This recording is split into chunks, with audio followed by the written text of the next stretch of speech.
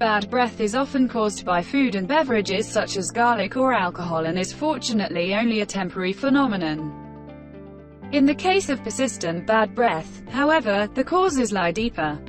Mostly the causes can be found in diseases of the oral cavity or in organic complaints. Bacterial plaque on the teeth and/or tongue or tooth decay and other dental problems, for example in connection with dentures, are responsible for orally caused bad breath.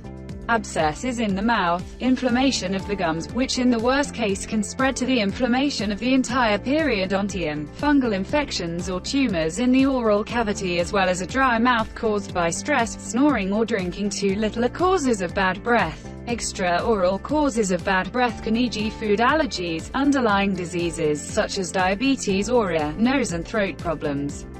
Anyone who notices persistent, uncomfortable breath should seek an appointment with their dentist as soon as possible. As a rule, the earlier problems in the oral cavity are diagnosed, the lower the treatment effort.